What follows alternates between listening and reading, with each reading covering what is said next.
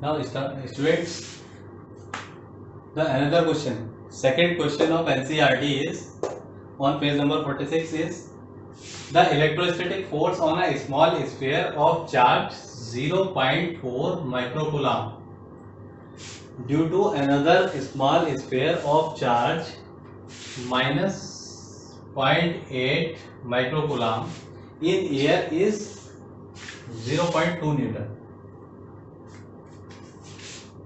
Question का part A है what is the distance between the spheres, part B है what is the force on second sphere due to first sphere.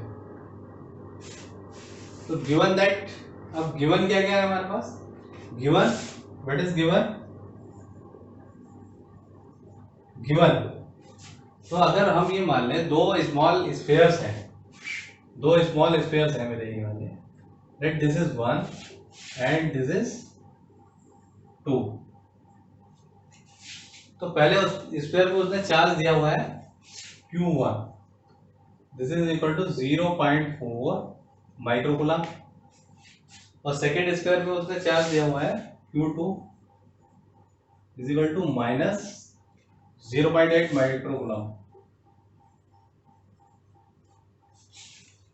तो minus और plus charge से सिर्फ ये difference आएगा कि यहाँ पर जो फोर्स होगा, अगर ये मेरा प्लस चार्ज है और ये माइनस चार्ज है तो खाली क्या होगा, फोर्स ऑफ अट्रैक्शन हो जाएगा बस, और फोर्स हमारा किससे निकलेगा, इलेक्ट्रोस्टैटिक फोर्स, वो हमारे कूलॉम्स लॉ से ही निकलेगा।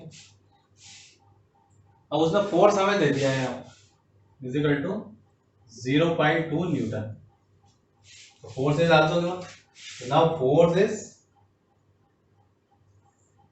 0.2 newton, Q1 and Q2 is also given, R हमें फाइंड आउट करना है, तो डायरेक्टली अप्लाई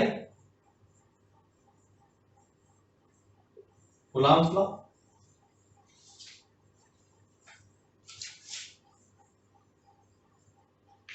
कूलॉम्स लॉ क्या बताता है हमें, force equal to 1/4 pi epsilon naught Q1 Q2 divide by R square. Distance जो है वो हमें फाइंड आउट करनी है, उसने पूछा है ये वाले में क्या है, what is the distance between the space, ये हमारा जो है पार्ट ए है डिस्टेंस। अब एफ कितना दिया हुआ है हमें, 0.2 newton, 0.2 newton equal to 1/4 pi epsilon naught, इसकी वैल्यू लिखते हैं हम 9 into 10⁹9 multiply by Q1 Q2, Q1 कितना है मेरा 0.4 माइक्रोकूलम, तो माइक्रोकूलम को हम कूलम में चेंज कर देंगे तो ये हो जाएगा मेरा 0.4 इंटू 10⁻⁶ कूलम। ऐसे हम Q2 को चेंज कर देंगे तो क्या आ जाएगा, this is minus 0.8 into 10⁻⁻6 coulomb. तो हम वैल्यू पुट कर देंगे इसमें, तो क्या वैल्यू हो जाएगी हमारी, पॉइंट ये आ जाएगा 0.4 इंटू 10⁻⁻6 इंटू, अब माइनस पॉइंट का मतलब क्या है, नेचर खाली, बाकी चार्ज क्या लेंगे हम 0.8 into 0.8 into 10⁻⁻6 coulomb divide by R square, R is to be find out. अब हम यहाँ ले लेते हैं, अगर हम आर स्क्वायर को इधर ले लेंगे और इसको उधर डिवाइड कर लेंगे तो क्या आएगा मेरा, R square is equal to 9 into 10⁹9 9 into 10⁹9 into 0.4 into 10⁻⁻6 0.8 into 10⁻⁻6 divide by 0.2। यहां से हम आर की वैल्यू निकाल देंगे, आर की वैल्यू कितनी आएगी भाई, सिंपल, जब भी आपको कभी इस तरह के क्वेश्चन आएंगे ना तो उसकी कैलकुलेशन बड़ी इजी होगी। तो आप ये देखिए कितने 9, तो हमें यहाँ पर क्या है, इस सबका स्क्वायर रूट लेना पड़ेगा, तो 9 को हम 9 रख देंगे ताकि 3 आ जाएगा उसका। यहाँ 0.4 है, और अगर हम इसको यहाँ से निकाल दें, ये पॉइंट से पॉइंट हमारा कैंसिल हो गया, और ये कितना आ गया हमारा 4।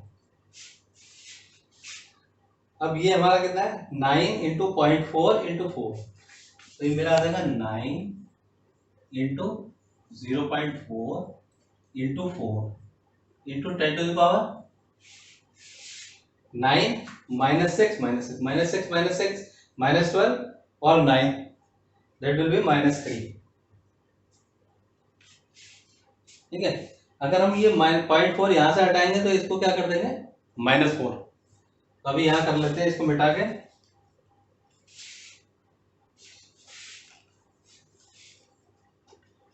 हमारा this R square equal to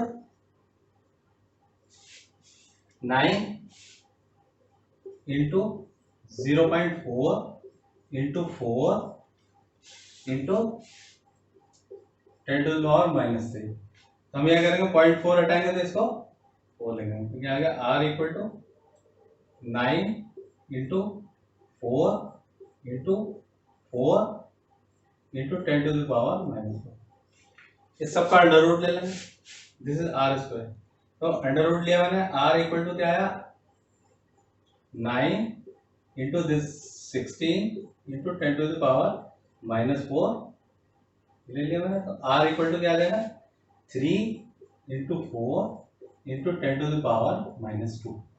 इसका अंडर रूट ले लिया, इसका अंडर रूट ले लिया, इसका ले लिया, तीनों का। तो ये आर इक्वल टू क्या आ गया मेरा 4 3 जा 12, 12 into 10 to the power -2 which is R giving 0.12 metre.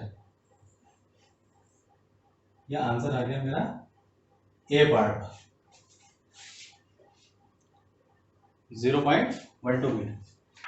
Now second part is what is the force on second sphere due to the first। अब हम जानते हैं कि अगर हमारे दो स्फीयर होंगे तो फोर्स ऑफ अट्रैक्शन लगेगा यहाँ पर, क्योंकि एक प्लस है और एक माइनस है, तो दूसरे पर भी उतना ही फोर्स लगेगा। जितना जो है पहले पे लगा है उतना ही दूसरे पे लगेगा, क्योंकि क्या होता है हमारा जो स्फीयर्स होते हैं चार्ज Q1 Q2, तो जितना फोर्स ये स्फीयर इस पर लगाएगा वो ही उतना उस पर लगाएगा। तो F इक्वल टू क्या हो जाएगा, वो भी 0.2 न्यूटन होगा। और नेचर क्या होगा उसका, दोनों के बीच में फोर्स ऑफ अट्रैक्शन होगा, क्योंकि ये क्या है पॉजिटिव है और ये नेगेटिव है। ठीक, that's all. The B part is the force of second on second sphere due to first is 0.2 Newton.